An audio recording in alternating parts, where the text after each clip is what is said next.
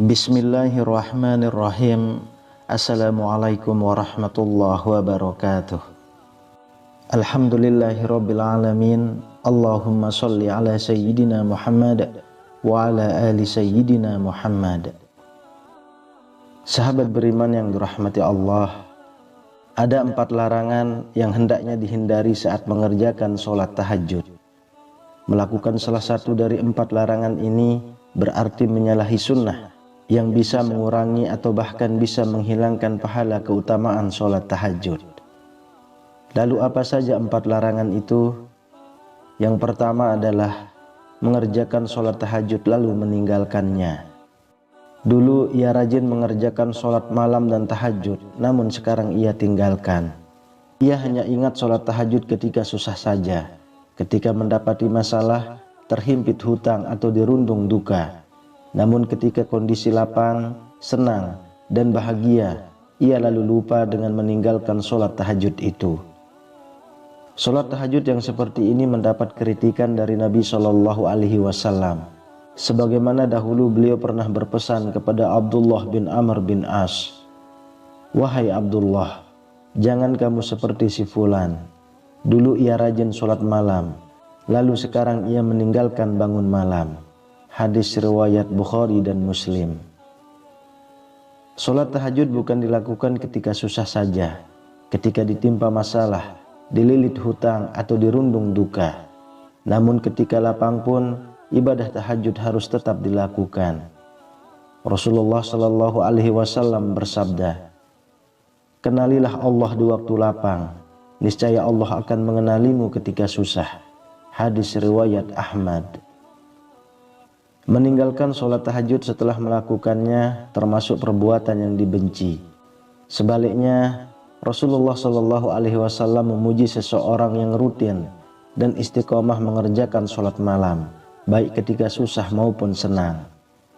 Beliau berkata mengenai Abdullah bin Umar yang rajin mengerjakan sholat malam, "Sebaik-baik orang adalah Abdullah bin Umar seandainya ia mau melaksanakan sholat malam."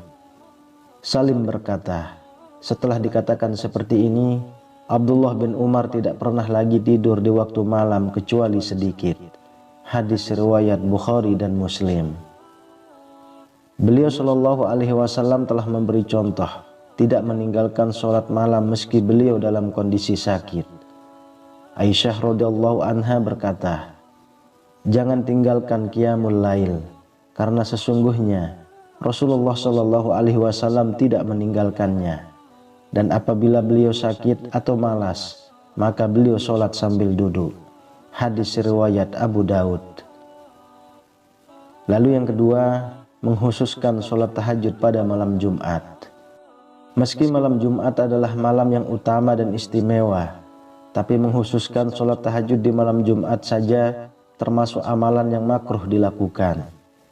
Diterangkan dalam hadis dari Abu Hurairah radhiyallahu anhu bahwa Rasulullah SAW bersabda, "Janganlah kalian khususkan malam Jumat dari malam-malam lainnya dengan qiyamul lail atau sholat malam." Hadis riwayat Muslim. Untuk menghindari kemakruhan sholat tahajud di malam Jumat, maka kita bisa menambahkan sholat tahajud pada malam sebelumnya atau sesudahnya. Sebagaimana penjelasan Imam Ibnu Hajar Al-Haytami dalam Tuhfatul Muhtaj, beliau berkata, makruh menghususkan malam Jumat dengan qiyamul lail. Maksudnya dengan sholat, karena larangan yang terdapat dalam hadis riwayat Muslim.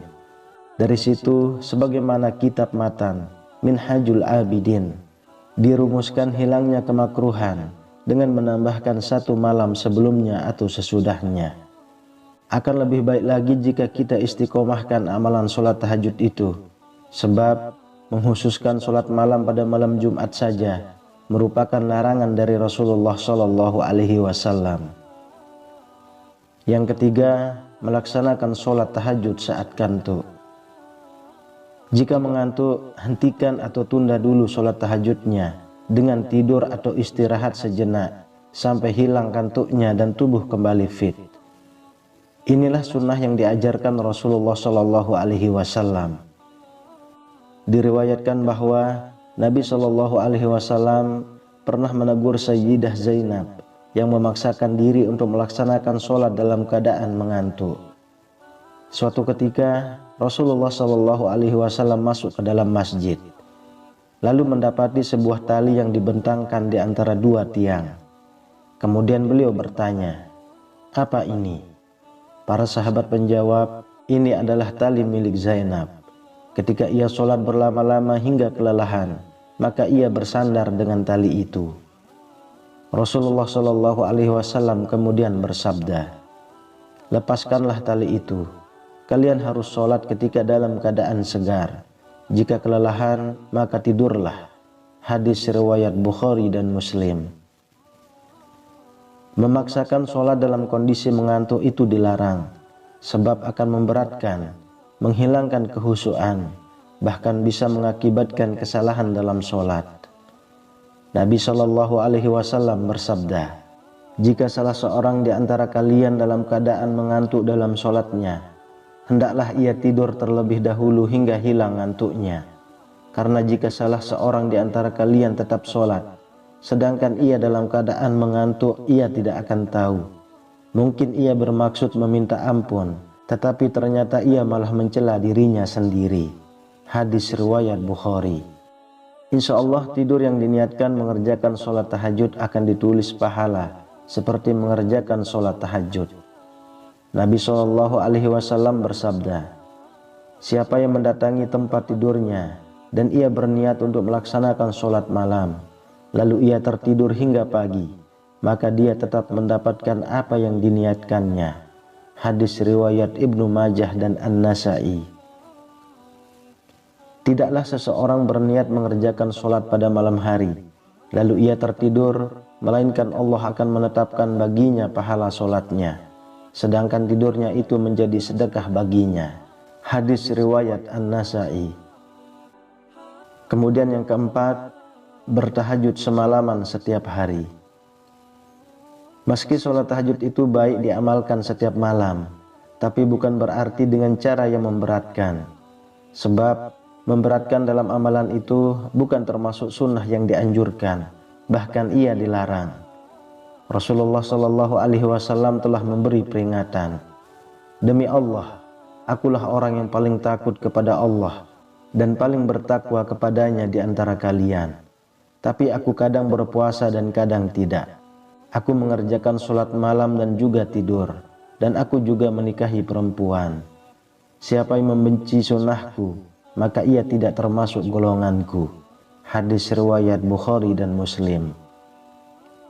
Beliau Shallallahu Alaihi Wasallam juga telah mencontohkan seperti yang disebutkan Sayyidah Aisyah radhiyallahu anha. Ia berkata, "Aku tidak pernah melihat Rasulullah Shallallahu Alaihi Wasallam mengerjakan qiyamul lail semalaman sampai subuh, dan tidak pula pernah melihat beliau berpuasa berturut-turut kecuali di bulan Ramadan."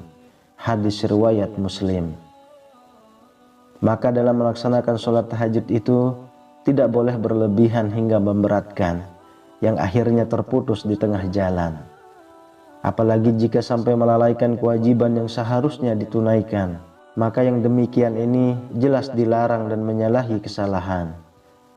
Amalkan sholat tahajud itu semampu kita menurut kemampuan masing-masing, sehingga mudah diistiqomahkan. Nabi Shallallahu Alaihi Wasallam memerintahkan, "Lakukan amal-amal yang kalian sanggup melaksanakannya, karena Allah tidak akan merasa bosan hingga kalian sendirilah yang merasa bosan."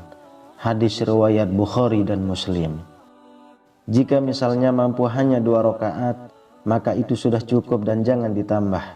Lebih baik sedikit tapi istiqomah daripada banyak tapi terputus di tengah jalan.